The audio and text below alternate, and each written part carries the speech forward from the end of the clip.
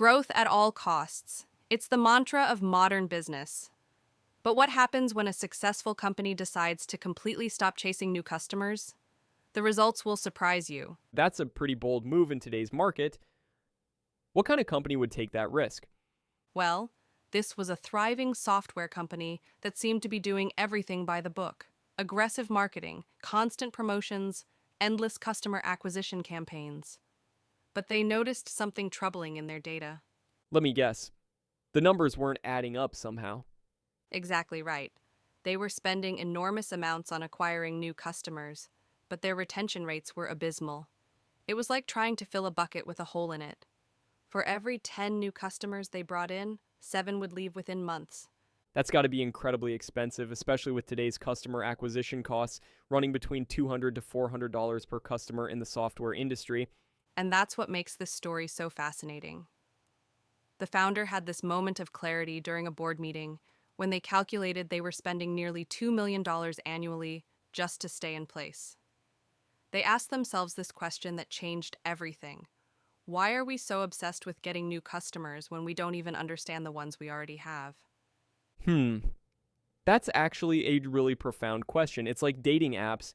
Everyone's so focused on getting matches that they forget how to build real connections. That's such a perfect analogy. So they did something that probably made their investors nervous. They completely halted their acquisition efforts and instead started having deep conversations with their existing customers. They kept it simple with just 3 questions. Well, now I'm curious, what were these 3 magic questions? They asked, "What features do you actually use? What do you wish we would remove?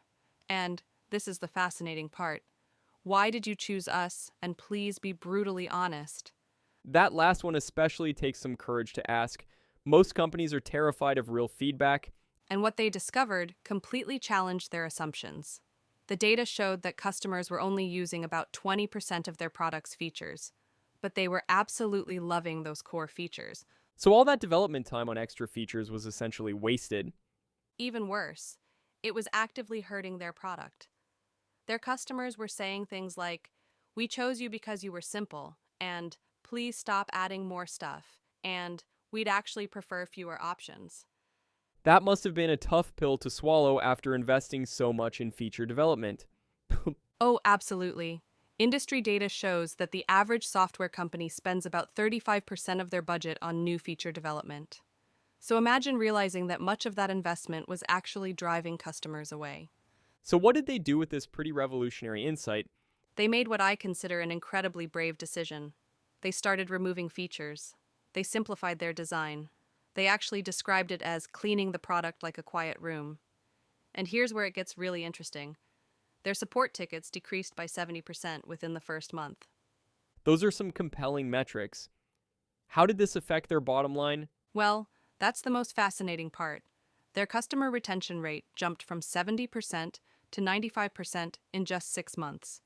Their Net Promoter Score, that's the measure of how likely customers are to recommend your product, went from 32 to 78. Those are actually incredible numbers for the software industry. The average SaaS company has an NPS around 30. And here's what really validates their approach. Their growth actually improved, but in a completely different way. Instead of spending millions on acquisition, they were seeing organic growth through word-of-mouth referrals. That's got to be every company's dream, growing without the massive marketing spend.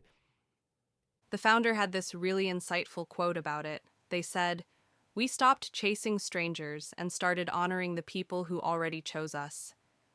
It's such a powerful shift in perspective. You know what this reminds me of? The whole less is more philosophy that's taking hold in other industries too. Exactly. And it's particularly relevant now when we're seeing studies showing that 64% of consumers feel overwhelmed by product choices and features. This company accidentally tapped into a growing desire for simplicity. So, what happened to their competition during all this? That's another interesting aspect. While their competitors were in an arms race to add more features, this company's simplified approach actually became their biggest differentiator. They turned what seemed like a limitation into their greatest strength. It's almost like they discovered that the best marketing isn't marketing at all. It's just making something that truly works for people. And the timing couldn't have been better. Recent market research shows that 78% of customers say ease of use is more important to them than having the most features. This company was ahead of the curve. Do you think this approach could work for other types of businesses? Well, the principles certainly could. Studies show that companies focusing on customer retention over acquisition are 50% more likely to be profitable in the long term. It's about shifting from what I call the growth at all costs mindset to a grow through service approach. That's quite a paradigm shift for most businesses, though. True, but the data is compelling. Companies with a strong focus on existing customer relationships see an average increase in revenue of 25% compared to those primarily focused on acquisition. It's about playing the long game. So, what's the key takeaway for businesses looking at this example? I think it's about having the courage to question conventional wisdom. This company discovered that sometimes the path to growth isn't about doing more or being more. It's about doing less, but doing it better. They proved that real success doesn't need to shout. It earns respect quietly, one satisfied customer at a time.